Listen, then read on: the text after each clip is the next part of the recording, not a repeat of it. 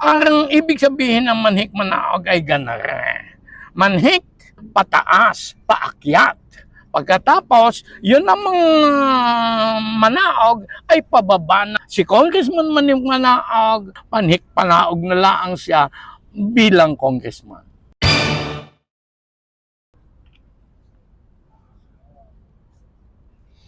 Ito po ang inyong Mamay Leo.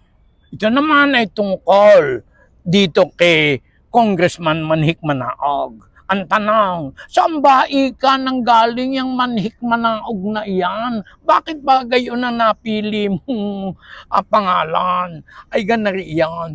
Ay sa Batangas, uso sa amin yung mga apelyidong di magiba, di makita, di kung ano-ano, di malanta, di ano, tsaka yung paulit-ulit ba, yung mga dalawang paulit-ulit na salita. Ay, so sabi ko, ay, ano naman ito Congressman Manhik Manaog, abay politiko ito.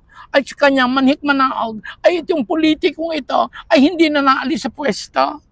Papanhik ng kaunti, papataas, bababa ng kaunti, pero naroon pa rin siya. Congressman, congressman, congressman, congressman, congressman, congressman. Yan ang Manhik Manaog na karakter.